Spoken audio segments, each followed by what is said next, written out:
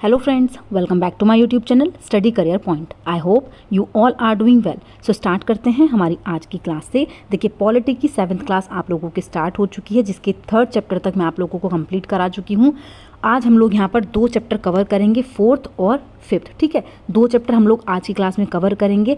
जल्द से जल्द जो कंटेंट थ्योरी है, जो थ्योरी है एनसीईआरटी की, वो कंप्लीट करते हैं। उसके बाद जितने भी प्रीवियस ईयर के क्वेश्चन पेपर होंगे या जो भी मोस्ट इंपॉर्टेंट टॉपिक आप लोगों के हैं, उन टॉपिक्स को दोबारा से देखेंगे एग्जाम से पहले। ठीक है, तो इसीलिए देखिए थ्योरी जल्दी से कवर करते हैं, क्योंकि देखिए जो पॉलिटी की क्लास है, पॉलिटी की क्लासेस में कंटेंट थोड़ा सा कम है, इसलिए 2 क्लासेस भी हम लोग एक साथ, मतलब 2 चैप्टर भी हम लोग एक साथ कवर कर सकते हैं। इसलिए 4th और 5th चैप्टर में आज की क्लास में आप लोगों को कराऊंगी। और देखिए जो पॉलिटी की क्लास होती हैं, इसमें से पेडागोजी के क्वेश्चन भी पूछे जाते हैं, इसीलिए कंटेंट थ्योरी को अच्छे से पढ़िए।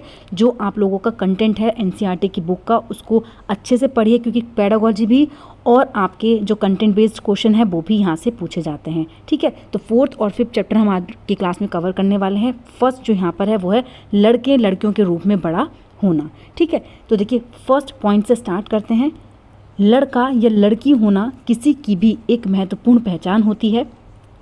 जिस समाज के बीच हम बड़े होते हैं वह हमें सिखाता है कि लड़के और लड़कियों का कैसा व्यवहार जो होता है वो स्वीकार करने योग्य है। ठीक है, तो ये हमें कौन सिखाता है? तो समाज हम लोगों को सिखाता है कि लड़के और लड़कियों के लिए कैसा जो व्यवहार होता है वो क्या होता है, स्वीकार करने योग्य होता है।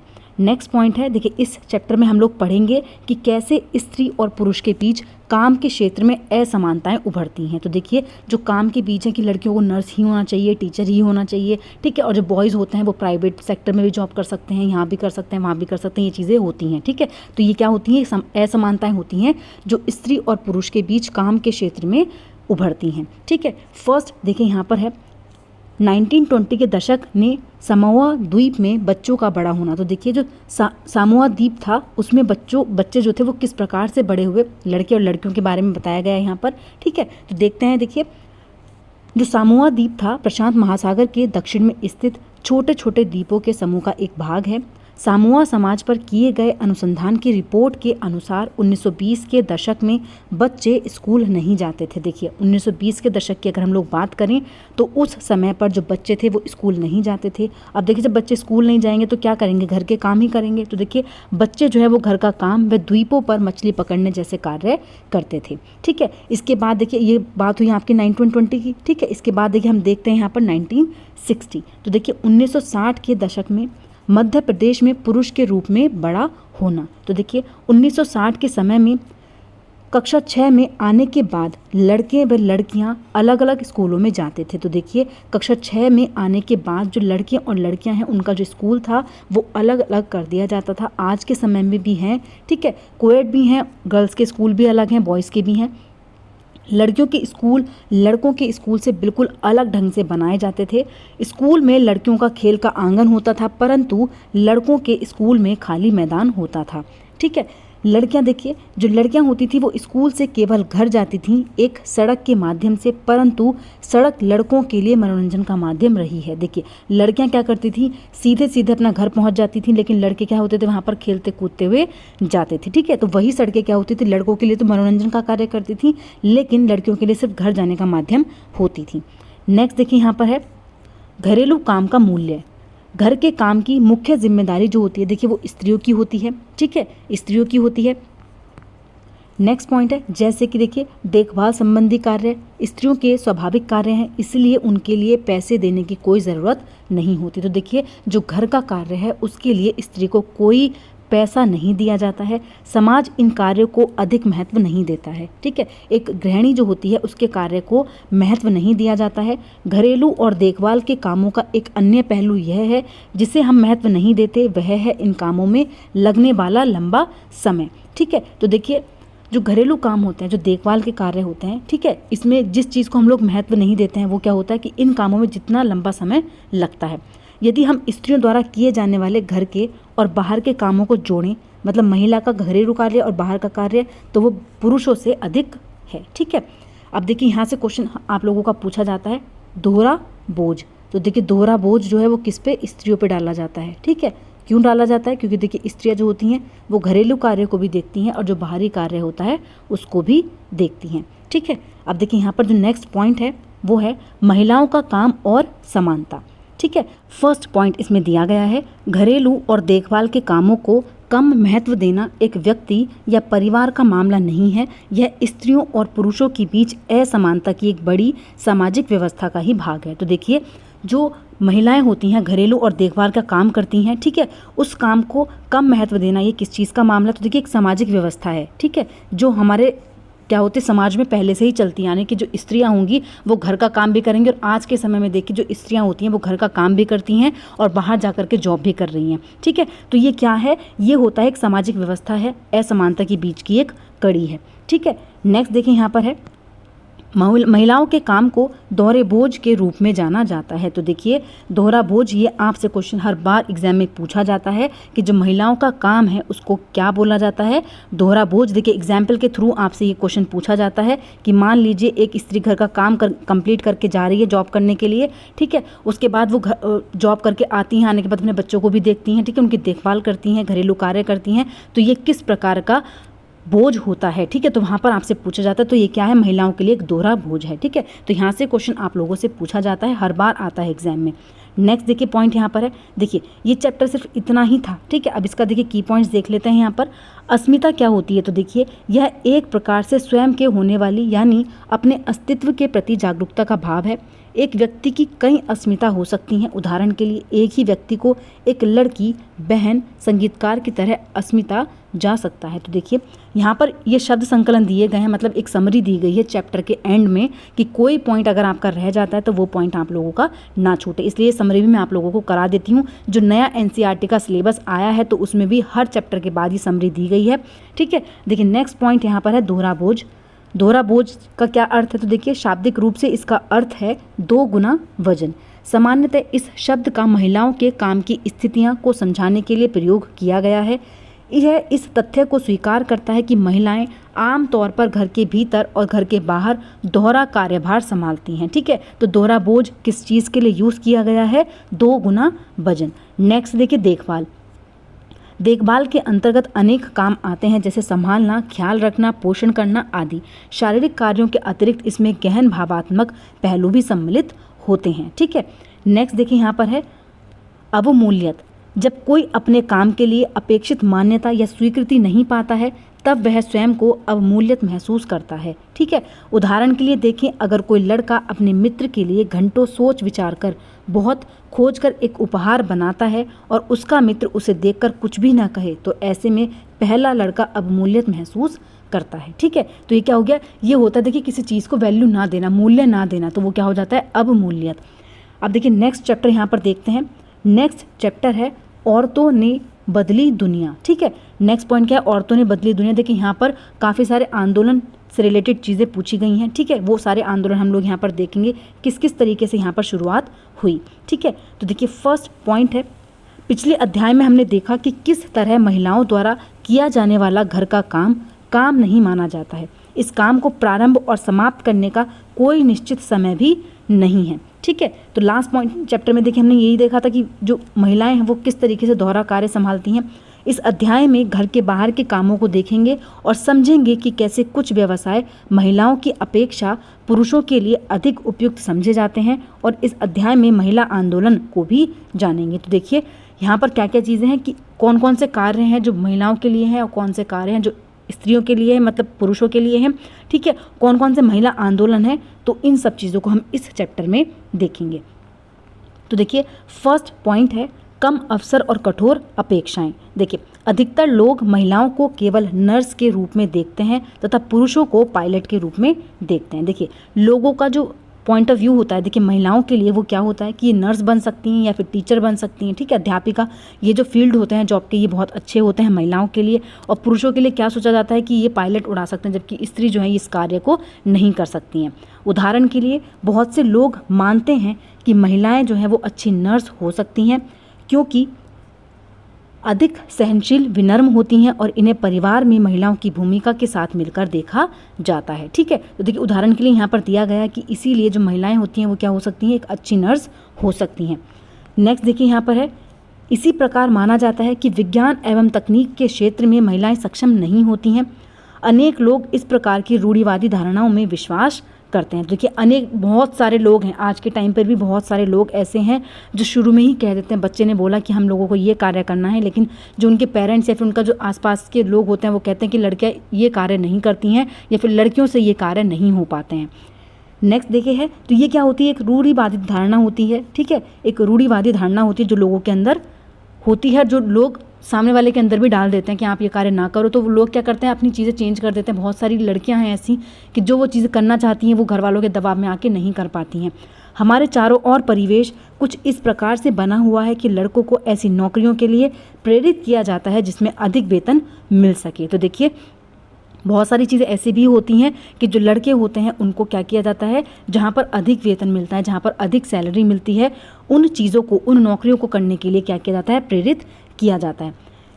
यदि वह दूसरे लड़कों की तरह व्यवहार नहीं करते हैं तो उन्हें चिढ़ाया जाता है, ठीक है। नेक्स्ट है देखिए यहाँ पर परिवर्तन के लिए सीखना, ठीक है, परिवर्तन के लिए सीखना फर्स्ट पॉइंट है। देखिए स्कूल जाना आपके जीवन का महत्वपूर्ण हिस्सा है, लेकिन अतीत में लिखना और पढ़ना केवल कुछ लोग ही जानते थे, क्योंकि देखिए सब लोगों को पढ़ाया नहीं जाता था, ठीक है। नेक्स्ट पॉइंट है तथा अधिकांश लोग वही काम सीखते थे जो उनके परिवार में होता था या बुजुर्ग लोग जो कार्य करते थे और अपनी जीविका चलाते थे। तो देखिए मोस्टली क्या होता था कि मान लीजिए किसी के पेरेंट्स है वो खेती करते हैं तो बच्चा भी क्या करता था, खेती ही करता था, ठीक है। तो ये चीज़ें पहले होती थी। नेक्स्ट पॉइंट है घर परिवार में लड़कियों की स्थिति और भी खराब थी। जहां लड़कों को पढ़ना लिखना सिखाया जाता था वहीं लड़कियां घर का सारा कार्य करती थी और व्यवसाय में सहयोग भी करती थी। नेक्स्ट पॉइंट है जैसे अगर हम बात करें उदाहरण की तो देखिए कुम्हार के व्यवसाय में स्त्रियां मिट्टी एकत्र करती थीं और बर्तन बनाने के लिए उसे तैयार करती थीं। नेक्स्ट पॉइंट है 19वीं शताब्दी में परिवर्तन। देखिए 19वीं शताब्दी में क्या क्या परिवर्तन आए, शिक्षा के बारे में कई नए विचार ने जन्म लिया, विद्यालय अधिक प्रचलन में आ गए और बच्चों को स्कूल भेजने लगे।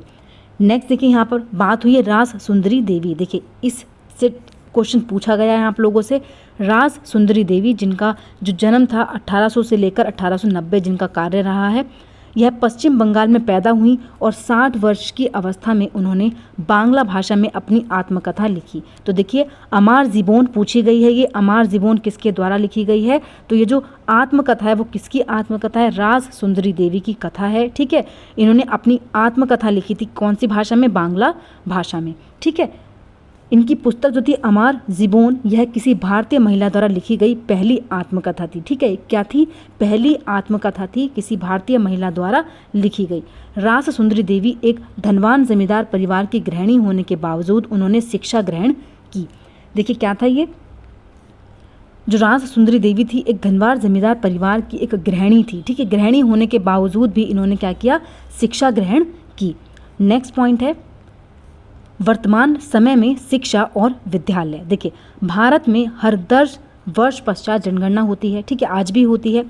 इसमें भारत में रहने वालों के जीवन के बारे में विस्तृत जानकारी एकत्रित की जाती है, जैसे उनकी आयु के बारे में, उनकी पढ़ाई के बारे में आदि, ठीक है। तो ये क्या होती है, हर साल, हर 10 साल बाद एक जनगणना होती है जिसमें लोगों के बारे में जानकारी एकत्रित की जाती है। अब देखिए 1961 की जनगणना के अनुसार सभी लड़के और पुरुषों का 40% ही क्या था, शिक्षित था। इसकी तुलना में जो स्त्री और महिलाएं थी, ठीक है, स्त्री और लड़कियों का 15% भाग ही शिक्षित था। तो देखिए अगर हम 1961 की जनगणना की बात करें, ठीक है, 1961 की जनगणना के अनुसार लड़कों का मतलब जो लड़कों और पुरुषों का जो औसत था वो क्या था, 40% ही शिक्षित थे और लड़कियों का तो बहुत ज़्यादा ही खराब था जिसमें सिर्फ 15% भाग ही क्या था, शिक्षित था, ठीक है। नेक्स्ट देखिए 2011 की जनगणना के अनुसार, अगर हम बात करें 2011 की जनगणना के अनुसार तो देखिए लड़कों और पुरुषों की संख्या बढ़कर 76% हुई और स्त्रियों और लड़कियों की संख्या बढ़कर 54% हो गई थी। तो देखिए काफ़ी चेंज देखने को मिला, लेकिन काफ़ी समय बाद, ठीक है। 2011 की जनगणना यहाँ पर हुई है जिसमें जो लड़के और पुरुष हैं वो 76% और जो स्त्री और लड़कियाँ हैं उनकी 54% हो गई थी, ठीक है। नेक्स्ट है देखिए सब लड़कियों की श्रेणी की तुलना में अनुसूचित जाति जो SC और ST होते हैं उनकी लड़कियों की स्कूल छोड़ने की दर अधिक है। देखिए हम बात करें कि जो लड़कियों की श्रेणी थी उसमें जो SC और ST कैटेगरी होती है उसमें जो लड़कियों के स्कूल छोड़ने की दर थी वो सबसे ज़्यादा अधिक थी।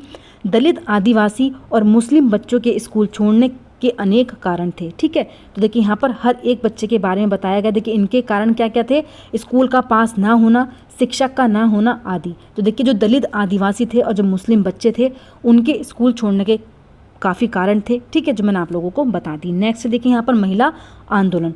तो देखिए महिला आंदोलन यहाँ पर देख लेते हैं। देखिए वर्तमान समय में महिलाओं और लड़कियों को पढ़ाने का और स्कूल जाने का अधिकार है। अन्य क्षेत्र भी हैं।